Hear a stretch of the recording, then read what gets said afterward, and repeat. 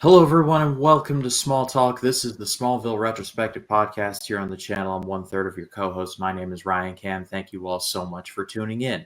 Y'all remember Homecoming? That was really nice. Too bad this batch of episodes, whoo boy, they're bad. One decent one, and then two just all-time stinkers of the show, period. But we'll get into that. First up from 3D Movie Cinema is Jacob Collins. Collins, how are you? I am not the fornicator. I am he who walks behind the road, not he who walks behind the road. Isaac and Malachi. Sorry. He wants you too, Malachi. Matt Wyatt, how are you? I'm not ordinary. Reference from Not Another Teen movie. If you the weird old camera dude, remember him? I got the reference. I will never stop laughing every time I quote that. And the paper. That You're leaving me for this guy? That reference is better than the entirety of American Beauty combined. But the dude punches, he punches the dude. Then there's the paper bag still floating, and Chris Evans just punches the paper bag. And goes, I don't know why I did that. He's like, when he punches the paper bag. Look, I love it. He punches the girl. He punches the dude that's banging his girl, which is his best friend. Punches his best friend. He goes, "That's for doing that to Jane," and he goes, "That's for." And he said that, and then he punches his girlfriend. And says, "That's for cheating on me." And then the dude goes, "Dude, this is turning me on." And then he punches him in the face. And goes, "That's for being weird." So weird. And then he punches the paper bag. And goes, I don't know why. The plastic bag. Oh, I don't know what that was for. Let's get into these. I don't want to talk about these episodes any longer than we have to, so just let's rip the Band-Aid off. But if you like this, leave a like, subscribe, do the thing. We would greatly appreciate it. But let's get into it. This is season 10, episode 5, called The Mummy. No, wait, I'm sorry. It's called Isis. I love you, Tess. He's aged 4 years in 2 weeks. I'm gonna tell Lois my secret. This vessel might have been called Lois, but now it serves Isis. She will literally unleash hell on Earth. Smallville. All new episode next Friday at 8/7 Central. Oliver enjoys his new public role since he outed himself as a superhero, yet misses Chloe desperately and feeling guilty. His example further inspires Clark to tell at least Lois, but just when they meet to that end, an Egyptian jewel allows the pharaoh goddess Isis to take possession of her body, eager to resuscitate her beloved Osiris, all required being at hand from a major expo in Metropolis. Oh, it's dumb, folks. We'll get to that. Tess, who is otherwise preoccupied with Lex's boy clone Alexander, joins Oliver and Clark at Watchtower, where she proves herself able to fill in for Chloe IT-wise. Even with that invaluable research, Clark nearly perishes in his supernatural duel with Isis. Christ. Cat gets caught in the fight and mistakenly believes Lois is the evil Blur. So yeah, this whole episode is just a chore. It's not the worst of the three, folks, if you can believe it, but this thing is just pants. And Collins, you and I were talking off air. This is essentially the Brendan Fraser Mummy movie, but like worse. Like I would much rather watch Tomb of the Dragon Emperor 1,000 times over this one ever again. This makes me want to watch the Tom Cruise Mummy movie over this. Oh dear God, not that one. No. But to be fair, that is better.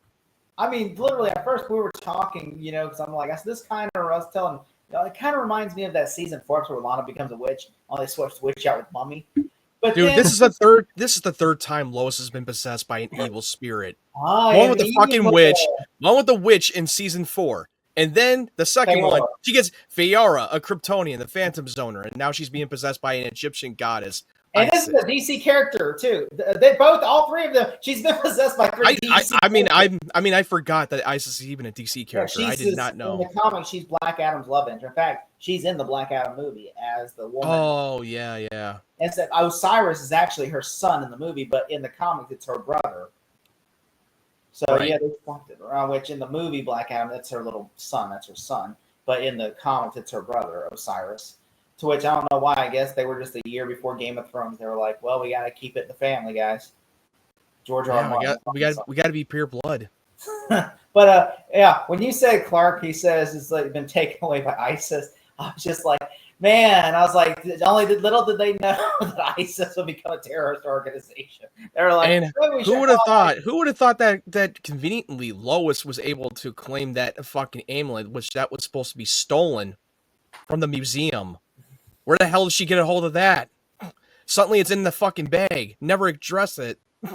No, it's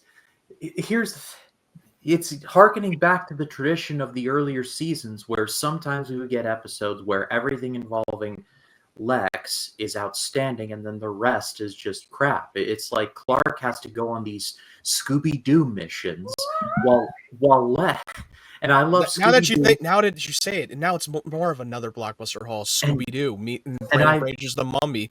And I love Scooby-Doo. I love all versions equally. I would have got away with it too. So I can make jokes. And like Lex is like having this like Shakespearean like pathos play. Same thing here. It's like everything involving Tess and Alexander was great. And then all of a sudden we have to cut to, well, gee, Shaggy, we gotta find the amulet before the monster goes in is like behind you and like zoinks, and they run away and they Zoinks! eat, like, sandwiches. Good old Shaggy. Mommies, like zoinks, dude. Zoinks,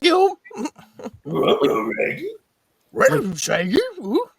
next week we're going to be talking about an episode with the minor 49er. Probably. I haven't seen him yet, so. But you know what really irks me though? It's like usually on paper, these ideas sound better. You know, and that's why they make them. Like when Miller got, they said the ideas sounded better on paper than what we actually shot. This one, it's like even on paper it sounds stupid. To where it's like when you read it, you're like, what else you got? Come on, what else y'all got? He says, no, we're not doing ISIS. But she's a DC character. I don't care if she's a DC character. This is dumb. Okay, this is dumb. This was kind of a pointless filler episode. We didn't need this. I didn't understand the point of this. Oh, sacrificing the ones you love. Are you willing to take that step? Oh boy. Wouldn't it have been better if they would have just made the whole episode about Clark finding out that Tess has a clone, and then him trying to destroy Alexander because of fear what he will become, and then Alexander at the end becomes like remembers that he's the destroyer of worlds and he's going to basically like, and he grew hatred towards him. That would have made this episode really good. It would have been interesting, but the writers wanted to have Tess to nurture him and try to baby him, basically be a mother. It never come. But guess what? In the next episode, they just basically wash that away, where he's like, "Oh, he's becoming evil Lex." Like I feel like that's what they were building towards, but at the end of the second episode, it's like, oh, Alexander's bald, so I guess like that whole thing is out. Well, we'll get to that one. We'll get to that one in the next episode. But I just think this whole episode is stupid because it's like the whole ISIS thing is like, okay, if Lois was just possessed by ISIS and then she was under, like, you didn't know, they tried to do it. I will say, at least in season 4 with the witches, that makes it more sense. That made me actually forgive that episode because I'm like, at least that episode's entertaining. At least it's part of the main story about the stones and everything, about the evil spirit witch. It was not just like one and done and then never gets brought up ever again. They bring it up. They definitely bring it back later in the episodes. There is some things not to mention we get to see Kristen Kroik and Erica Durance in those outfits. Yes, please. Like I do like the Tess and Oliver scene and everything. I thought that was really great. And, you know, and I also like that Clark and Oliver scene and the Green Arrow cereal where he says, I got my own cereal now. He's got a cereal, but he's got the fucking cereal box of Green Arrow. The spoons too. I laugh when he said, "You just see the spoons." Yeah, but it was just about building the suspense. Is Clark going to tell Lois that he's the Blur? That's I also what we're building towards. I mean, I just wish the entire episode I was just like, get on with it. Get on with it.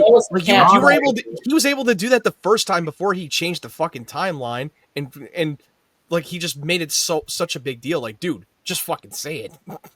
I do like Lois and Kat's rivalry. Like, especially my favorite scene is whenever Kat thinks Lois is still the ISIS, and then she stabs her with a freaking pen, and she goes, "Ah!" That was funny. That was pretty funny. But Kat Grant, oh god, she annoys the shit out of me. Killer catches that fist. Like literally every time like Kat Grant is on screen, just in this or any episode, like this is just my movie. Who cares? Like I just want her gone. Like I just want her out of here. but we're stuck with her. But I did like how Lois rips on her every now and then when they're on screen. That was nice. That brings, even though that she annoys the shit out of me when It's like, Lois the comes Mickey to in. my mouth, just- the Popeye to my Oliver. And then Lois goes, the vomit to my stomach.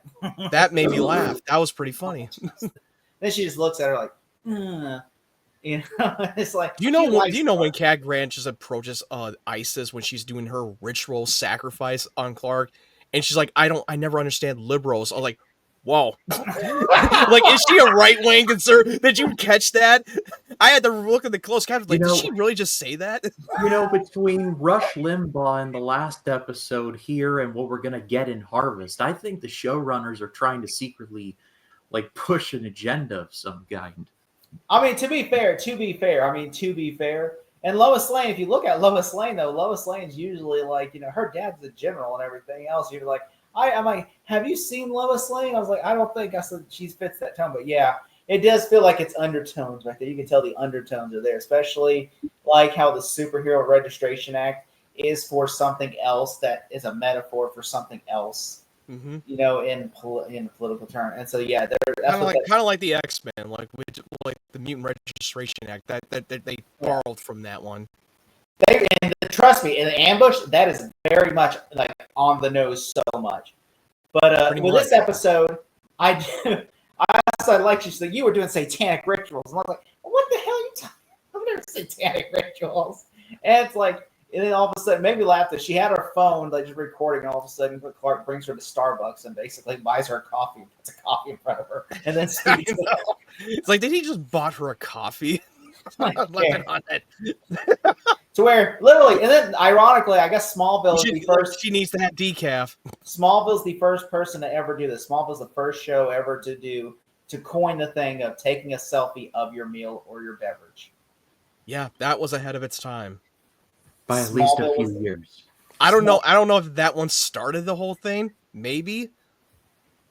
It might have been Twitter, because most of the people on social media at the time usually take pictures of their fucking meals. Twitter was a year before Smallville. Well, Instagram, yeah, you're probably right. Instagram was created October of 2010. So, yeah, but I mean, it didn't really become a thing like because Facebook was really more popular. MySpace was still a thing. Well, MySpace was dying. Facebook was starting to rise up more and more. Yeah, Facebook. Yeah, Twitter really became like the main. I remember I lived those days when MySpace, when it was actually cool. Yeah, I know, Matt. You were like AOL in it back in the day. You got mail. Yeah, I do like tests trying to raise young Lex and everything, and I thought that was really cute. How she basically was like holds him and reads him the Peter Pan story and everything. I thought that was really great and everything. And, yeah, because she wanted to show Alexander more. I love that line and comfort. I wanted that Lionel that had not given the original Lex when he was a child. He never had a loving parent. Mother had died so soon from terminal illness. So he never had a love parent in his life, because that's always what Lex wanted. He wanted everything that Clark ever had. Remember that finale in season 5? He wanted everything he had. He wanted a loving parents, loyal girlfriend, and a normal life. That's what he wanted. He had all the money in the world, but all he wanted was the one thing he could never have. It's like the guy said from Iron Man when he tells Tony Stark in the cave, "You're the man who has everything but has nothing." Yeah, exactly. Which I will say, we will get into like the whole Lex stuff in the next episode, but I will say what I really like wish they would have done with this episode, like especially it made me mad whenever they push the coffin off and it's like, oh, well, then Lois is chained down because she's gonna resurrect, and I'm like, are we serious? Like this is the Mummy, okay? I'm like watching this going, this is literally Himhotep resurrecting a Nox on the moon, and I'm just like, a Nox on the moon. Like, I'm just waiting for Tom Welling to show up with a sword and go, yeah, I'm fighting monks. I was expecting Brandon Fraser to come out of the shadows. Yes. Like, he's like, yeah, too high. Yeah, too high. Like,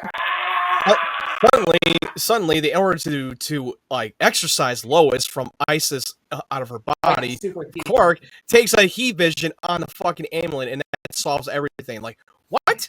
That's all it took? Yeah. Ryan's gonna be like, I gotta put clips from the Mummy now in this movie. But I do agree. I did love the dynamic between Oliver and Tess becoming part of the team, and Oliver does not fully trust Tess. No. Yes, I agree.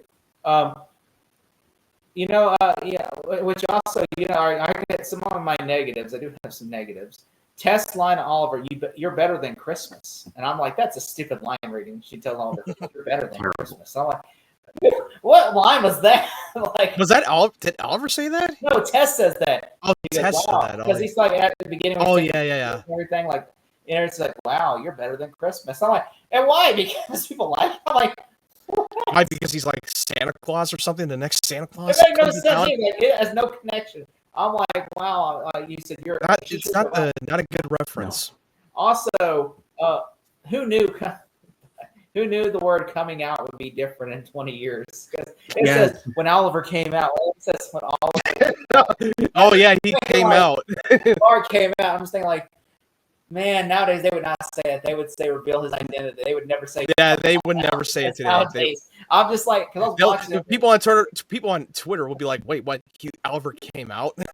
Well, it says Oliver when Oliver came out. My sister, what friend, he's gay. And I'm like, no, he's not gay. That was back in 20 years ago. Not meant coming out. Like coming out means like, you're revealing your identity. That doesn't mean like coming out of the closet. You know, that was a new term now. But I'm just like watching it, going, who would have known in 20 years? But I wanted to bring up earlier about the Twitter when it was invented. It started founded back in 2006. I just looked that up, so I had to be sure. So Twitter was founded mainstream.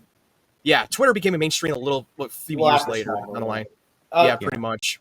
Also, they literally use a casting photo from Young Alexander. Whenever she's looking at Young Alexander photo, it's like a casting photo from Central Casting. I know it does.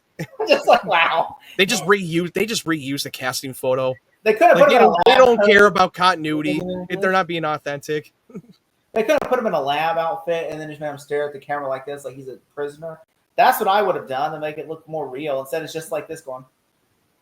It's always been lazy.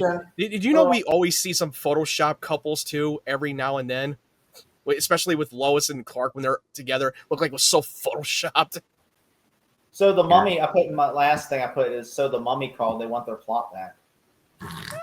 Yeah, that's pretty much this episode, y'all. This thing was bad. I don't want to talk about it any longer. Let's go to scores, Collins. I'm gonna say 5 out of 10. Okay, Matt. 4. Giving it a 4. I like the part when Clark came out to Lois.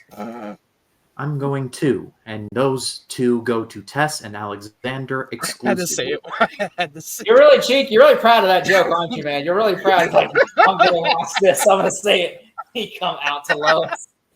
It's like now you mentioned the part when Oliver came out. He sat there for like 10 minutes waiting for that. Like, and at the end of the episode, Clark came out to Lois. This is gonna be so good when I pop this one. When I pop the question out, I'm gonna come out with that answer. I'm coming out with the answer. Matt was in the mirror this morning. I can't wait to lay this one on him. It's just gonna be brushing his teeth, like they're just gonna be knocked dead. They sure are. But anyway, we go from one terrible episode to another terrible episode. This is season 10, episode 6, called "Children of the Corn." Oh wait, I'm sorry. Harvest. You do not have faith. I'm a freak. I have faith. We have a sacrifice! I will not let him become that monster. You do not have faith.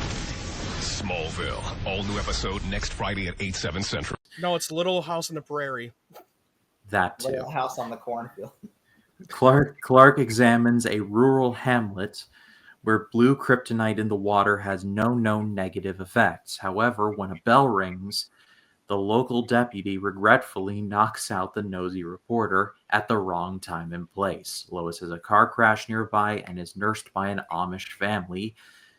Yet when she wants to leave, she discovers their chilling true intention. As the extremely abhorrent sect does with one female every year. It's like The Wicker Man, but worse. Dude, I can literally hear the pain in your voice by reading it out loud. In the Luther mansion, Alexander insists to be called Lex, and his aging condition requires regular birthday parties. Mercer's plan to give him a cure if the original Lex's research allows so is reconsidered, and she realizes this clone may be too perfect. So, as usual, like we talked about with the last episode, everything involving Tess and Lex is awesome. Like Alexander writing a little S on a paper plate, like getting possessed and writing that. I thought that was great.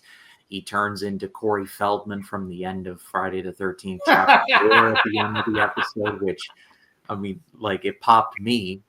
But again, this is a Children of the Corn movie, and honestly, it's better than some of the ones that come out, like most of the ones that have come out. This thing is just, like, it's Children of the Corn meets The Village, but, like, and meets The Wicker Man, and it's all worse than everything you can think of. Just, well, the people that were drinking the water before the blue kryptonite, they literally drank the Kool-Aid. pretty much, yeah. And like I said, the showrunners were really just on one. There's like, did you know that they were wearing a scarecrow mask? It looked like a bunch of fucking props from Batman Begins. It looked like Ku Klux Klan mask and then the scarecrow mask from The Dark Knight. I'm like thinking of Django Unchained, and I'm thinking of The Dark Knight. So, two things when I saw that. Number one, if you all need a history lesson on what the Klan is, you may go to Kanye West's various social media pages. He would be more than happy to tell you.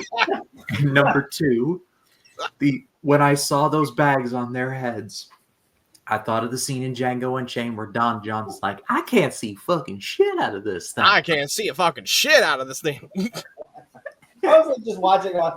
I know Matt's gonna say this is the mask looked like a scarecrow mask that they took from the set from but Batman I'm just thinking of Django Unchained the whole time. Yeah, that too. That's like a mixture. We need eyes to see. We need eyes to see. I can't see fucking shit out of this thing. All you people do is criticize. It's like, wait, come back, Tim. Come back. Come on, man. Come on, man. But you know what? I will say this, okay?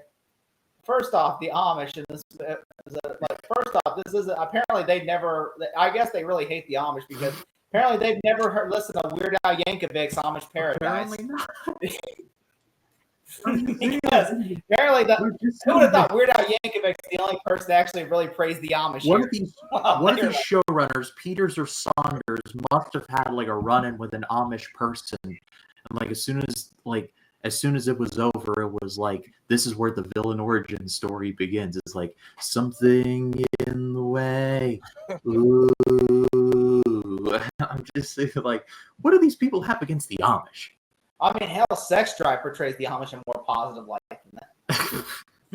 They were awesome. They were awesome. They had a party in that movie. Even Seth Green was the best part.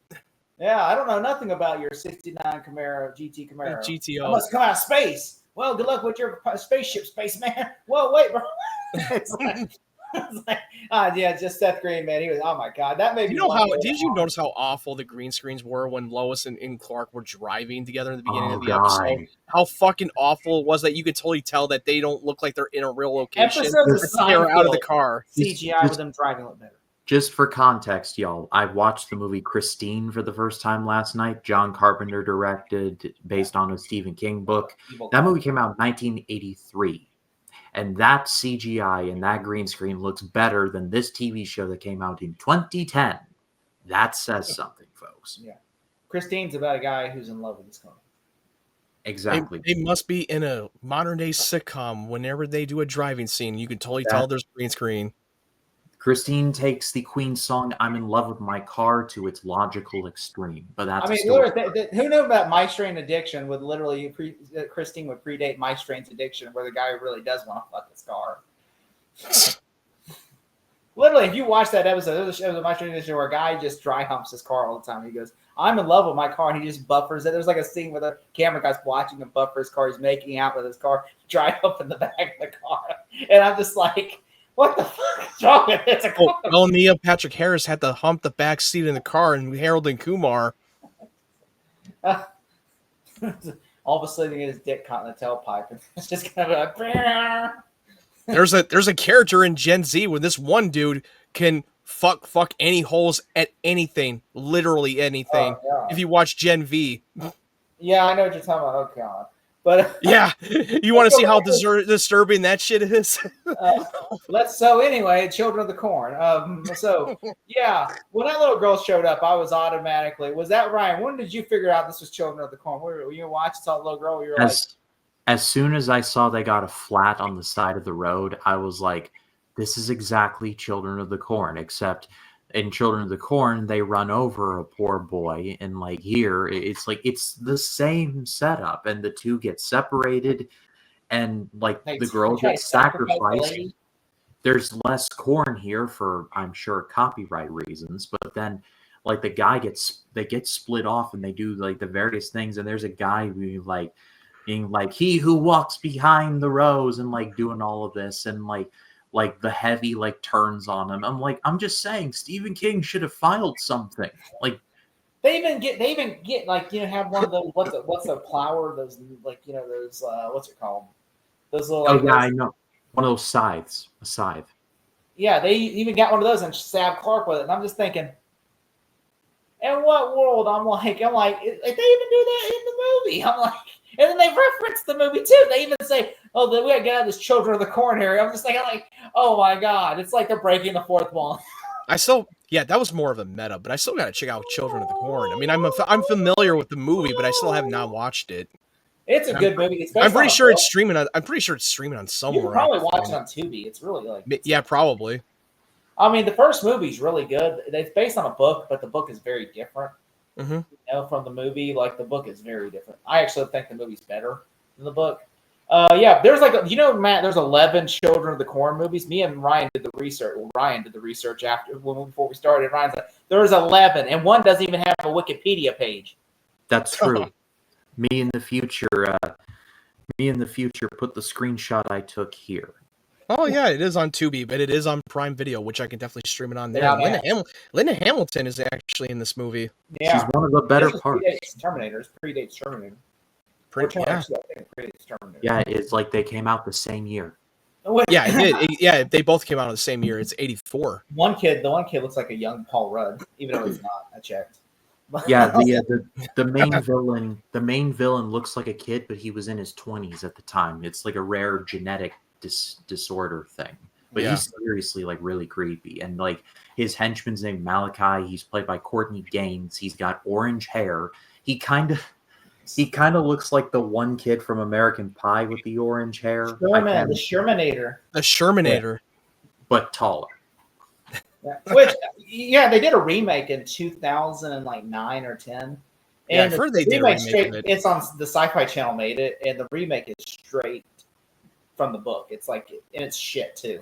Well, it's on a Sci-Fi Channel. That tells you something. I mean, it's shit. I mean, I will say it's very accurate to the book, but it's like on a sci-fi. But I mean, they can do well with shows, but when it comes to movies, like they can't. I will say try watch it. You want to see how it looked like a fucking awful sci-fi channel that looked like it could have been aired on a Sci-Fi Channel. The Final Destination 4 that looked like it could have been made for on a Sci-Fi Channel. Well, I mean, it was made like on a lower budget, and it was made in. I know, but you could tell from the quality, it looked like it could have been made, and it could have come out on Sci-Fi Channel. And when you have a 3D movie on a low budget, that's why they hired for Final Destination 5. That's why they hired James Cameron's visual effects supervisor for that movie, because they saw how bad 4 looked in the movie. So they're like, "Yeah, we're gonna hire." It was so bad. It looked like it could have been made. It could have come out on the Sci-Fi Channel. It made me sad though. You know, it made me sad. It made more money than it came out the same weekend, by the way, of Rob Zombie's Halloween 2. Yeah. And I loved Rob Zombie's Halloween 1, so I was looking forward to Halloween 2. Ugh. And I watched the movie, and I was so disappointed that I'm like, I had literally, because I was in high school or element. No, I was in elementary school still. You were in elementary. You were a baby. Middle school, not even. I was in school, but I had to do a report on this. Because Final Destination 4, what you're just saying, it came out in 2009. Yeah. I was in middle school then, middle school. That was when they were starting. That's when they were starting to do the 3D until the end of the year. Avatar really blew out of the water with the 3D experience. And I remember just reading the article about how Final Nation topped the box office, and it said Halloween got crushed. And then so much so the Weinsteins were like, we're going to make Rob Zombie's Halloween 3 in 3D because that's what people want, 3D. And I'm just thinking, that's not the answer, really. I mean, I was like in like 10th or 11th grade when that movie came out. I wanted to see it, both those movies so bad. I remember I have seen Final Destination 4 in 3D. That was my first 3D experience in the movie theater. I wanted to see Final Destination in theaters, but I couldn't because I was too young. So I begged my mom, my dad. I was like, well, good thing that my parents at the time, when I was young, my parents did not care if I watched R-rated movies. I had to wait to rent it on not Blockbuster. It was a mom and pop video store. I had to rent Final Destination 4 at a mom and pop video store. And that's when I finally got to see it. I was like, man. My first R-rated experience in theater was Blade 2, when Blade 2 came out in theaters. And it was awesome. Yeah.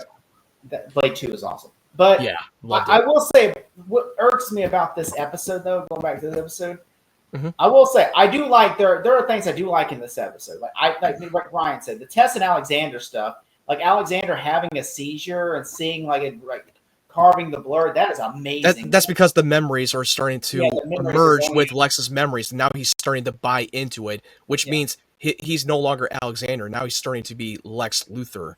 He's starting to like show all the memories of his own, his worst enemy, especially in the barn when it's harkening back to certain moments in season one with the homecoming in the finale, and one in the episode when they both had that own friendship, the step of legend type of moment, which that was incredible in season one, which was a little bit of a throwback. Locked her in the room. They went to the barn and says, "This is where I fixed his tie for the first time.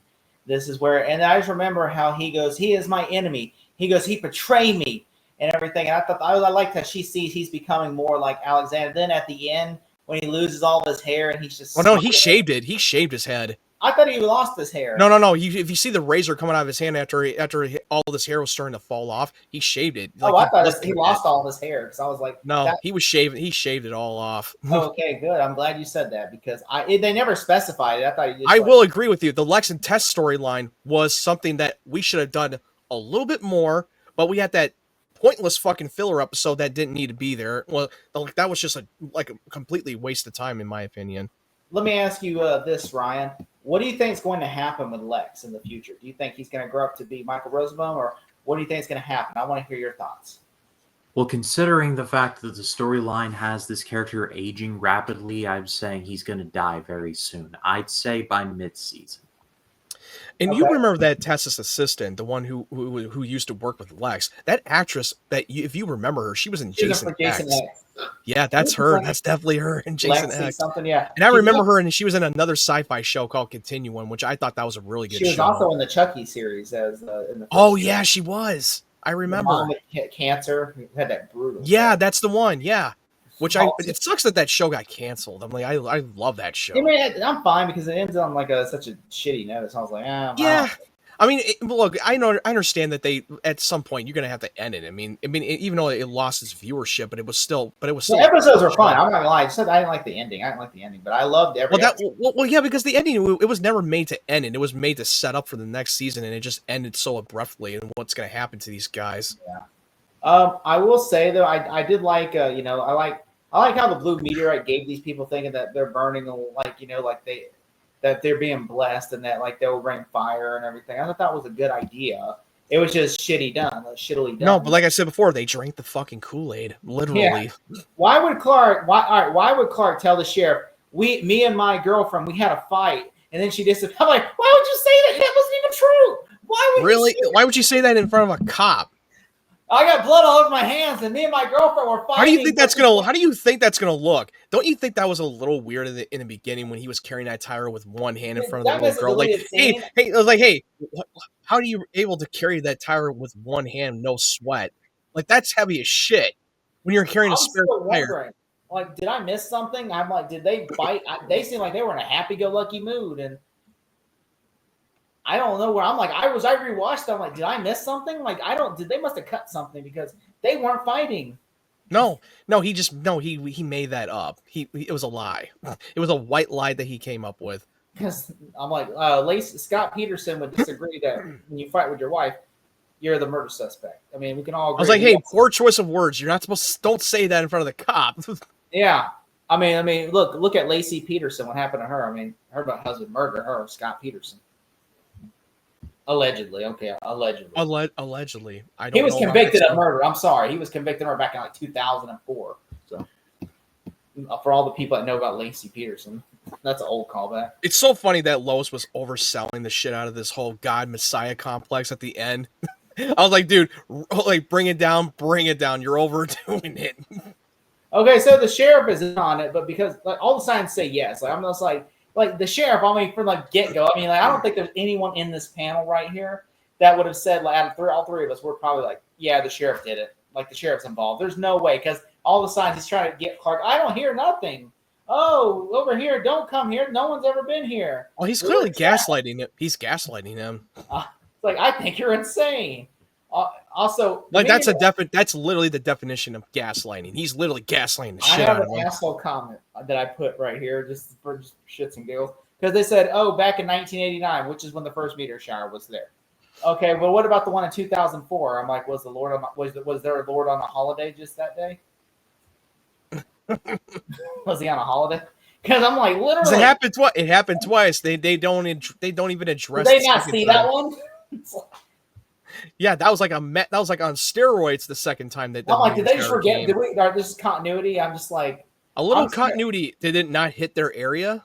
I'm wondering because I'm just like in 19, like because these people are occultists. This was in 89 when they're first hit, and then in 2005 there was the second one that was more massive, bigger than the first one.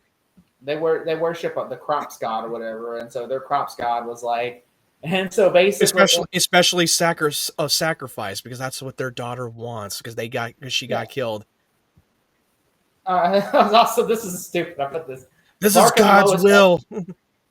Well, I mean, I did the crop god. Okay, it wasn't like Jesus Christ that they're worshiping. They're worshiping.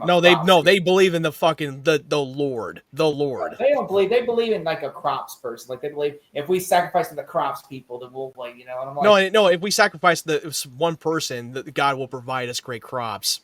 That's what he was implying. I was saying like they were talking about crops because there was no crosses. It's all like just they see like a giant fire they worship. I'm like, oh god, they're cult. Some members. So I was like, which. This actually made me laugh right here. It was so funny. Here's the thing. Clark was able to spot something suspicious about that little girl when he first laid his eyes on her. And Lois like, no, don't worry. She's fine. She's harmless. She appeared out of fucking nowhere in the middle of the road. She's the one that threw the stuff in the road. She's the one that threw the brick in the road. She threw that fucking spike of wood on the fucking road, dude.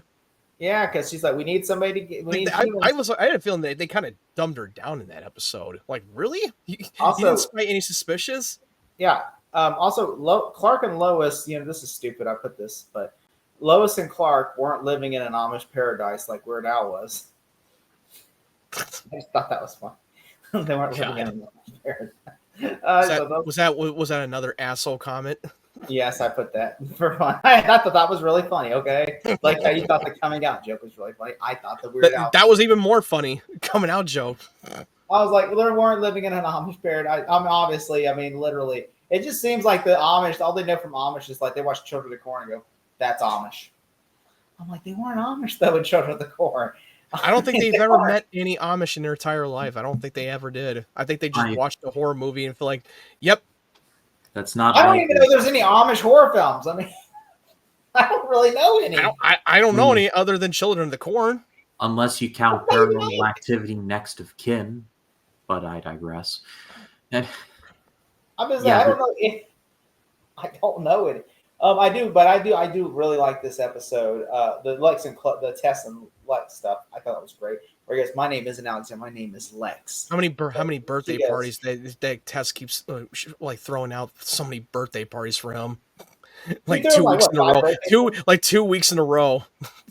Happy birthday! Isn't that the same kid? Yeah. Who is this? Who is this random? Who are these random kids that Tess just hired a bunch of random kids to celebrate with them? Hey, Tess, I don't even know you. Tess got some Epstein stuff going on up in here, doesn't she? Oh Jesus. Anyway, Jacob, score. Okay. So if I had to give this a score, I would say I think it's better than the last one. So I'm gonna say 6 out of 10. Okay, Matt. 5 out of 10. I'm going to. I did not like it at all. It was a chore. It It's was more terrible. It was more tolerable if you have not added the Lex and Tess storyline. It would have been more dog shit than it already is. That is very true. I thought he was going to super speed, get Oliver, come back, but I can't touch the blue kryptonite. And if you really think about the blue kryptonite, he literally gets blue kryptonite. He should be on fire, dying, and instead of just like, oh, it's like as if kryptonite. He just got up so easily after he got torched with the fucking blue kryptonite on him, and he just got up like this, like. I'm like, are we forgetting our own rules now about how continuity rules? Are we forgetting how to write our continuity now? Are we rewriting that shit? Hey, I need you to get all the way off my back about it. Yeah, but yeah, this episode is garbage. Yeah. Well, thankfully, this last one is at least semi-decent. It is season 10, episode 7, called Ambush. It is important to me that my dad likes you. None of my other boyfriends have ever survived the General's assault. We'll find out what he's hiding. The blur may be faster than a speed bullet, but I bet he can't outrun this. Smallville. All new episode next Friday at 8/7 Central. Clark is far from impressed that Lois barely dares rebuke her kid sister's mean pranks on both of them, while squirming for each and every offensive whim of General Sam Lane as their Thanksgiving guests. Clark firmly but politely opposed the Lanes while reasoning against the General's support for a bill to make registration compulsory for superheroes. An obvious trap given the congressional supporters' antecedents. While Oliver investigates them, Clark saves everybody from proponent Rick Flag's Machiavellian rocket attempt on the General's life. Only when Lois finally sides with Clark against her father, he reveals his ulterior motive for the exaggerated rudeness.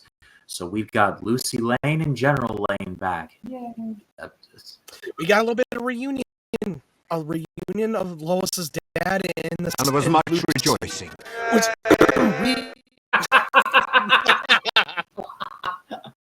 Yeah, seeing Lucy Lane back. Awesome. Yay. Which, you know what, I will say though, I will say I do like the whole Rick Flag targeting General Lane. I thought that was a cool thing. Like I thought, which yes, this whole episode is they ripped off the first X-Men. Did you notice the teleport guy, the actor? That was the same actor that played another character in a Static episode. Oh, he's got killed. Glasses. Yeah, he's playing another character. How Like, convenient. wait, I thought isn't it No, the he same got character? killed. Lex Luthor stabbed him in the heart and killed him. Oh yeah, because he could only do frequency, he couldn't tell. Yeah, he can only do frequency. This guy's a teleporter. Which I will He's, say, he's a jumper. Oh yeah, he's Hayden Christensen from the Jumper. Sam Jamie Jackson. Bell. But I will say I really like the fact that Rick Flag is basically Magneto in this. Like he wants because I did not know he was a metahuman in this episode in this show. I thought he was just Oh no, he's not a metahuman. Yeah, he is. He said he wants people like us. Well, no, That's what he superheroes, not people with metahumans. He's talking about vigilantes. I thought That's what he was implying. Metahuman. He's trying to fight people who are against the vigilantes, and he thought that doing that is blowing up fucking buildings. Whoever who is trying to start up the whole registration. We are the future. The vigilantes. We are the future. The superheroes are the future. The vigilantes are the future. We're the brotherhood of heroes. We are the brotherhood of vigilantes. Basically, General Lane is Senator Kelly from X-Men, and then Rick Flag is Magneto from X-Men. Yeah, basically, yeah. He's like, which I will say, I did like that, like how basically, like, okay, there's a couple things I really liked in this episode. Like, I like the buildup of Rick Flag watching the camp farm and saying, "Stay on target, it's moving," and then you just see Clark and Lois are getting hot and heavy, and he's like, "Stay on target, stay on target, and stay on target, stay on target." I realize now, saying that, how this sounds like. He goes, yeah. Stay on target. Oh, stay on target. Stay on target. Not to release my missile. Into your exhaust port. Oh. I did like the part when General Lane is putting Clark through hell for the chores and giving him a bunch of many questions. Like, like, dude, you kind of met him before. You've known him basically for a while. I do like that General Lane was trying to pass the Registration Act, and Rick Flag is trying to kill him to prevent that bill from being passed. I like the debate. I like the debate between Clark and General Lane about their disagreements about the Vigilante Registration Act when he's on a witch hunt. I mean, I like Rick Flag as a character. I like that they're making him like a villain because usually he's an anti-hero in the comics. Well, he still kind of is still kind of an anti-hero. He's not like a villain, like evil. He's like he's like Magneto. Like he's like, look, he's more of a misguided type, like Magneto. Like he's just misunderstood. He's like, look, he says, if I have to kill people to achieve my goal, which is for heroes to be able to have the same rights as humans, or to have the same rights as normal people. He goes, and he says, I'm going to have to kill people. He says, yes, General Lane might die, Lois Lane might die, Lucy Lane might die, but guess what? Even if it means cost human casualties, that's the point of war, human casualties. And I think that is a villain. That is a villain's ideology. Who thinks he's right? What do you think he's a villain or a hero, Ryan? Rick Flag? Yeah, in this show. In this show, yeah, he's clearly the villain. I mean, I don't think he's an anti. He would be like, I understand he does not want to be a villain. He's like, I could have killed Clark if I wanted to, but he's like saying he's basically like Magneto. He goes, Clark, you could stay. He told Oliver and Clark, stay out of my way, or else you will be in my way. Well, yeah, he's more of the villain that he believes that he's the hero of the story. Yeah, because he's just trying to he's doing evil shit, but like he's like he said he even knows that he's going to do terrible things. Yeah, people are going to die. Greater good. Yeah. Which I like that because I mean, if you watch like say the Suicide Squad movies, he's not a villain; he's a hero who actually. No, he's all about all American soldier who's always about fighting for his country. Yeah, and then in this one, he's just like an evil bastard who's like well, he's evil, but he's like evil's a little overstating. He is a villain who believes that okay, look, I do believe that heroes, need to have the same rights as us, and you know what? This is war. War, people die, and you know what? General Lane has to die for our war to be over.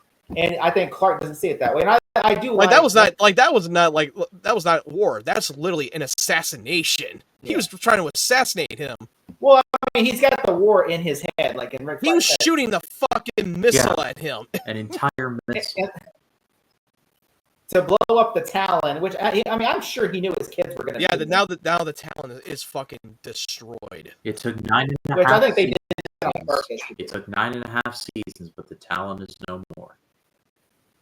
Yep. Which I think, honestly, which Flag knew his daughters were going to be there. I'm sure they tell him, what about Lois Lane and Lucy Lane? They're casualties of war. Oh, yeah, casualties of war. He says. Yeah. Which, I mean, I do like that whenever you see Lucy is getting ice at the gas station, Flag shows up in a military gear, goes, I need him to get away. I need you to put this instead of he's impersonating the military guy and then just planting the fucking evidence in the loft just to get him out of the barn, out of the Kemp farm. I thought that was really cool. I also like Oliver and Tess discovering the Task Force X symbol on Oliver. Them tracking it down. Yeah, the tattoos they got on them. Yeah. I will say General Sam Lane. Also, I already said that. Okay. Also, Lane interrogating. Yeah, I thought the General Lane interrogating Clark was pretty cool. Flag blowing up the Talon and try to kill General Lane was pretty cool. But the scene that got me more than anything was whenever Oliver just gets his arrows and flips over the truck, and then you see Rick Flag's there, and then Clark busted the doors open, and then him and Oliver are like, and then he tries to justify his actions like, we're at war. He goes into this. Violence is the answer, and all the vigilantes are going to come to me. Says like, yeah, it's like he said that they said the heroes are on my side. And I'm like, no, they're I'm thinking, no, they're not. What you're going to metahumans. You're preying on metahumans that were locked up by Lex Luthor and Tess. Yeah, you got these metahumans. They're not superheroes. They're not vigilantes. They're a bunch of common criminals who are metahumans. You got one assassin gunslinger, Deadshot, who looks like a fucking Jonah Hex, and you got a Plastique, who's basically a meteor affected. Then you got Discount Nightcrawler over here that can teleport. It's just like yeah, Discount Jumper. And it's like we're Task Force X. We're gonna blow up buildings. And it's like we're gonna blow. I'm like, here's the thing. It's like, and you're just making it worse because it's like they look at the blur, and then they're looking at this going, hey, the Blur saved. Yeah, but they're making it look like that the heroes are the one causing terrorism. And then you got Rick Flag, and that's why General Lane's trying to justify of doing the witch hunt of vigilante registration. And you got like Rick Flag that's out here just like causing terrorism, literally acts of terrorism. He tried to assassinate a general, a 4-star general or 5-star general in the a high-ranking official. That literally. Which, and like, he knows he's alive either. That's not like, he's dead. Also, this is another sequel Thanksgiving episode since season 6. Remember? Yeah. I do, but, which, it kind of reminds me, doesn't Flag kind of remind you, like, his ideology is kind of like Stryker and X-Men too, but with Magneto's full ideology. Like, he reminds me of Well, Stryker was all about using mutants, but also wants to exterminate them. Yeah. Well, I would say his idea, though, is more like he wants to use them, but he doesn't want to, like, Flag wants to use them, but he doesn't want to exterminate them. He just wants to use them to achieve his goal, which he doesn't care about. If Flag gets shot in the face, he doesn't care because he goes, you know what? Casualty of war. And that's one thing I do like about Flag is that, he's not like a, like this one, they portray him like a villain, even though I'm sure nowadays they'd make him more of an anti-hero. They'd say, like they'd make Waller. I think honestly, he probably is the answer to Amanda Waller. I'm pretty sure if they wouldn't have killed Waller off in season 9, that they probably were just like, well, we need a villain that we can really justify. And then they're like, well, we killed off Amanda Waller in season 9. What if we bring in Mick Flag? Well, Rick Flag's not really a villain. Like, we'll just make him like a villain. Which I'm like, that goes against the character though, because that's not the character. It'd be like if you it'd be like making Shazam show up in the movie and then making him the villain. And you're like, yeah, I'm evil because I'm Shazam. Which they technically do that. Earlier this season, they did that, kind of. They kind of did a discount Shazam storyline earlier this season. Well, that was last season. That was the last season. The boy gets a magic comic, Yeah, he gets the magic comic, and then he became Devillicus. Devillicus. Also, Sam didn't know Lois was going to be there. This is some issues I have with the episode. Sam didn't know Lois was going to be there, so he was just going to crash at Clark's place with his daughter. Because then we said, Lois, you're here. And then she goes, Lois, he goes, I guess it's a Lane family reunion. And I'm just thinking, you didn't know he was gonna crash at the Kent farm, but like, yeah, the woman and the woman who knows my kid, who literally I am at odds with in the Senate. I'm gonna go crash at her house. And her son doesn't even know I'm coming. That's the craziest shit I've ever heard of. I'm like, what? I'm like, I mean, I'm just saying. I'm just. Like you didn't even tell Clark that he was coming to visit. Way to bury Thanksgiving there, Lois. Be like JD Vance going to crash at Chuck Schumer's place for the weekend. Oh God. But any. Which also Lane. I said Lane making Lois go. Which also this is what I also. Lucy is trying to seduce Clark.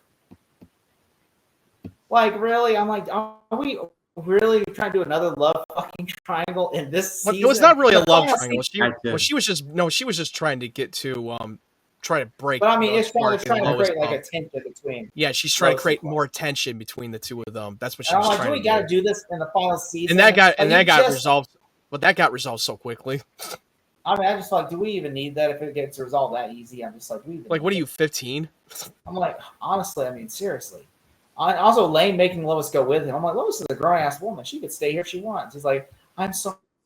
Well, that's what fathers do. They don't care. It's like, you're my little girl. Let's go. To be fair, Lucy's younger. Let's not dig into that. Let's go to scores. Collins, what about you? I'm gonna say, I thought a 7 out of 10. I thought it was decent. Okay, Matt. Yeah, I liked it. It was 7. I'm gonna go 6. I liked it fine. It's easily the best, but that doesn't really say all that much. You really are just a sharp asshole today, aren't you? Yeah, I did like that moment at the end of the episode with General Lane and Clark having their own disagreements, and even with General Lane, even though he got to be the hero many times in the military, he would still do it all over again to be with his family, because he never got a chance to. I had to deal with an episode that was the legally distinct Children of the Corn called Shucking Kids, and then I had to deal with the legally distinct The Mummy, which is going to be like, I don't know, the wrapped up dead person. I don't know. I don't have the stamina to do this right now. So what you're seeing is what you're getting. Well, Ryan, I will say next week you're going to be very happy because the next 3 episodes are bangers. So I forgot what they're called though. I don't know what they're called. Hang on, let me pull it up. I'm pulling it up now. I know the 3 episodes are bangers though. Like all 3 of them are bangers. Abandoned, Patriot, and Luther. Oh yeah, you're gonna like all 3 of those. But speaking of Lucy's age, she's still a grown woman. She may be younger than Lois, but she's still a grown adult. Like, we're not getting into it. But I pass it off to all of you. What did you think of these episodes? They suck. We know. Let us know in the comments. We'd love to read what you have to say. And it's a privilege to do this show every week with these guys. Collins, where can the people find you? They can find me at 3-Day Movie Cinema at youtube.com. And they can also find me in the corn with all the children of the corn for He Who Walks Behind the Row. I will, 3dmoviecinema.com. Smalltalk every Tuesday. I got Batman. I just uploaded a review for Gladiator 2. Spoiler alert, I hated it. I got Gladiator 2 review out, and then of course, by the time this airs, which will be a Tuesday, I think we would have done Monday night is Batman Terry. By the time this air, would have done Batman Terry for Mask of the Mystery of Batwoman. And then Thursday, then that Friday we will be doing Talking Silence. So. Well, Matt Wyatt, what about you?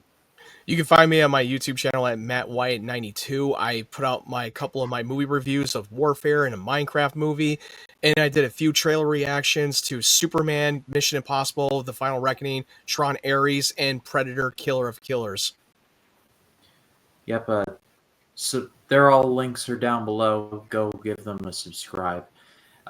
Lots of stuff coming to this channel. I want to say thank you for all the love on the Ben-Hur video. I did not expect that high a total, but I do appreciate it very much, and more is coming for that series. But that'll be for next time. This time, though, thank you all so much for watching. For Collins, from Matt Wyatt, my name is Ryan Camp. For Truth, for Justice, for the American Way, always hold on to Smallville, and... Sharpton for president, y'all.